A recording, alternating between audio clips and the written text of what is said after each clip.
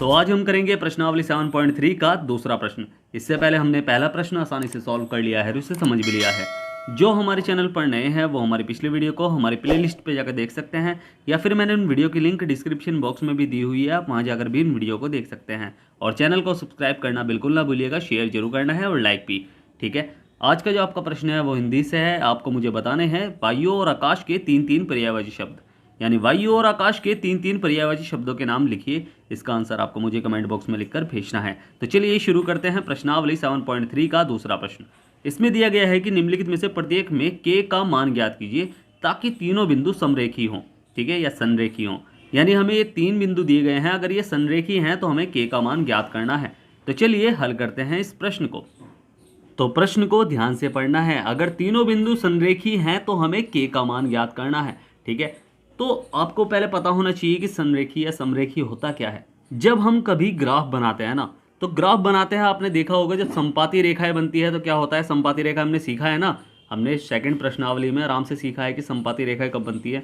ठीक है, तो जब कोई ग्राफ पर जब तीन बिंदु यानी 1, 2 और 3 बिंदु एक ही लाइन पर स्थित हों, ठीक है, यानी एक ही रेखा पर स्थित हों, तो वे कहलाते हैं क्या, संरेखी या समरेखी बोलते हैं उसे।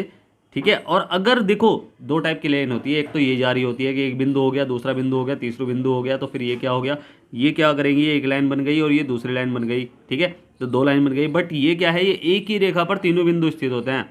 और जब एक ही रेखा पर तीनों बिंदु स्थित होते हैं तो क्या वे त्रिभुज बना सकते हैं क्या। ठीक है, त्रिभुज बना नहीं सकते ना। तो देखो जब एक ही रेखा पर स्थित है त्रिभुज तो बनेगा नहीं, और जब त्रिभुज नहीं बनेगा तो उसका क्षेत्रफल क्या होगा, उसका क्षेत्रफल होगा शून्य, यानी उसका क्षेत्रफल होगा ही नहीं, यानी शून्य होगा। मैं सीधा कहूँगा कि उसका क्षेत्रफल शून्य होगा। तो बस हमें यही करना है कि अगर तीनों बिंदु संरेखी हैं तो हमें के का मान ज्ञात करना है। अब संरेखी हैं तो उसका क्षेत्रफल क्या होगा, शून्य होगा। तो हम क्या करेंगे, हम त्रिभुज के क्षेत्रफल शून्य मानेंगे। ठीक है, कि त्रिभुज का क्षेत्रफल शून्य आ रहा है, शून्य। ठीक है, तो सबसे पहले हम कौन सा प्रश्न करेंगे, हम करेंगे फर्स्ट। इसमें ए हमें बिंदु दिए गए हैं। सबसे पहले ए बिंदु हमें दिया गया है, वो दिया गया है 7 और -2। फिर बी बिंदु हमें दिया गया है, बी बिंदु जो हमें दिया गया है वो दिया गया है 5 और 1। ठीक है, और सी बिंदु यानी सी जो बिंदु हमें दिया गया है वो दिया गया है 3 और के। हमें क्या करना है, हमें इस के का मान ज्ञात करना है कि के का मान क्या है।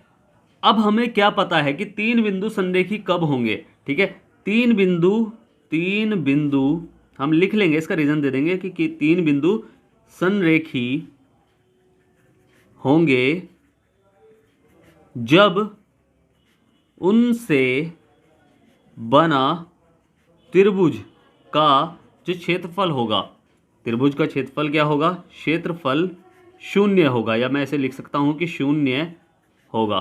ठीक है, अगर क्षेत्रफल शून्य होगा तो वह संरेखी होंगे। तो इसका मतलब क्या हुआ कि ये तीन बिंदु हैं, तो तीन बिंदु से जो त्रिभुज बन रहा है ए बी सी, भाई तीन बिंदु हैं, उनके शीर्ष क्या है, ए बी सी, तो इनसे जो हमारा त्रिभुज बन रहा है उस त्रिभुज का क्षेत्रफल क्या होगा, शून्य होगा। तो हम लिख लेंगे कि त्रिभुज ए बी सी का क्षेत्रफल बराबर क्या है, शून्य है।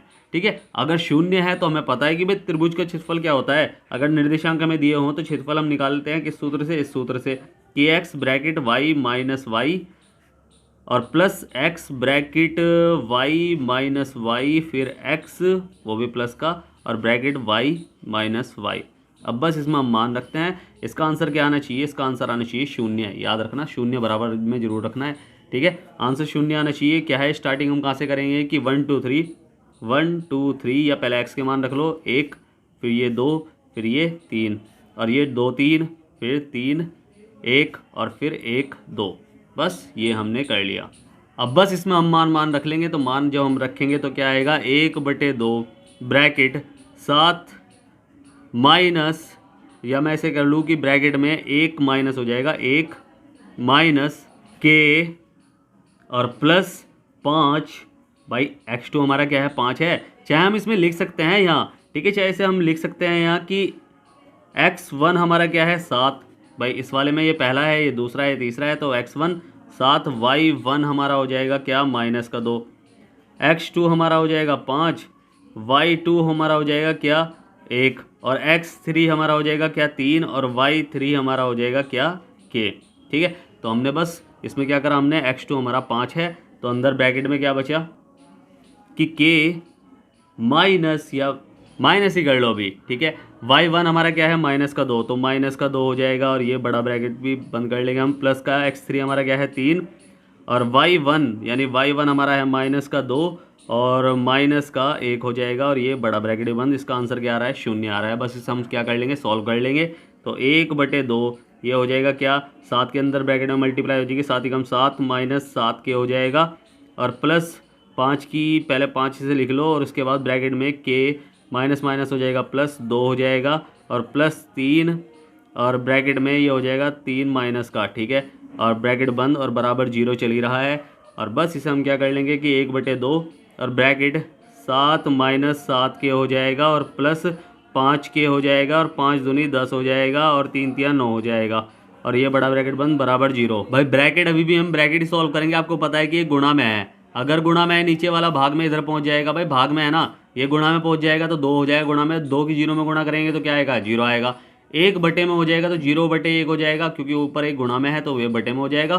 तो बटे में हो जाएगा तो 0 से 1 को भाग करेंगे जब भी आंसर 0 ही आएगा। तो हमें पता है कि हाँ इसे हम अगर इस 1/2 को धर ले जाएं तो आंसर 0 ही आना है। तो बस मैं इसे सीधा वैसे ही कर सकता हूँ बिना ऐसे करे कि 7 माइनस, देखो इसे तो हम सॉल्व कर सकते हैं, ठीक है। 5 और 7 उल्टे चिन्ह हैं, घटेंगे। 5 में से भाई 7 में से 2 गया, 7 में से 5 गए तो बचेगा क्या -2 के और प्लस 10 और प्लस ये हो जाएगा 9।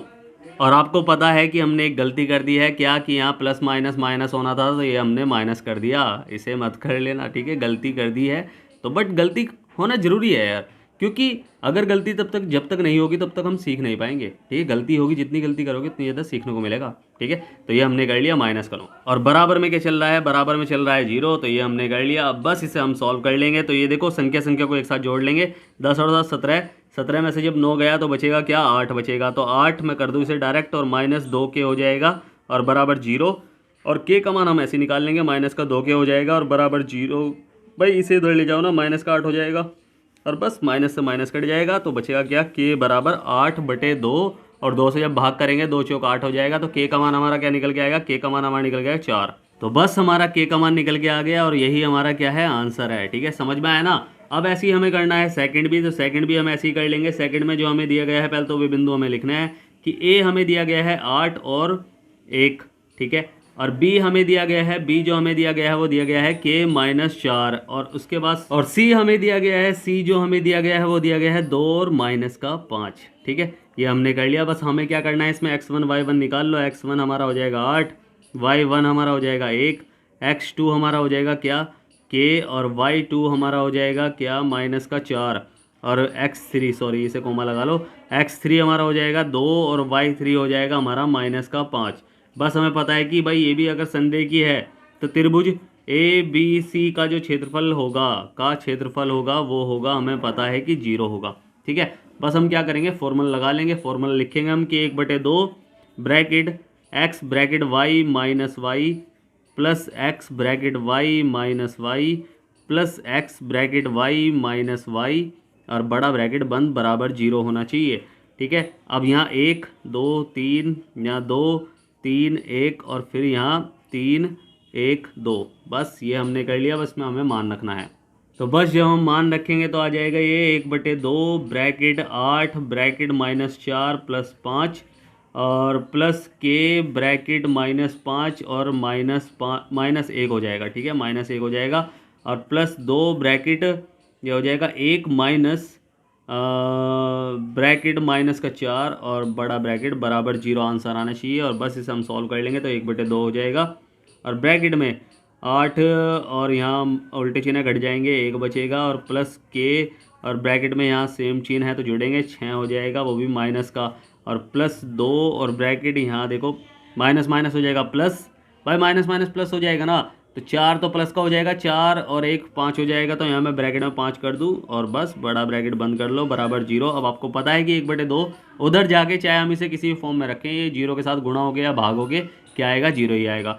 तो मैं इसे ब्रैकेट खोल लूँ सीधा, तो 8 ही का 8 हो जाएगा और प्लस 6 के हो जाएगा, वो भी माइनस का, ठीक है। मैं इसे चलो माइनस का 6 के लिख लो और उसके बाद हो जाएगा प्लस का 5 दूनी 10, ठीक है, और बराबर 0 हो जाएगा।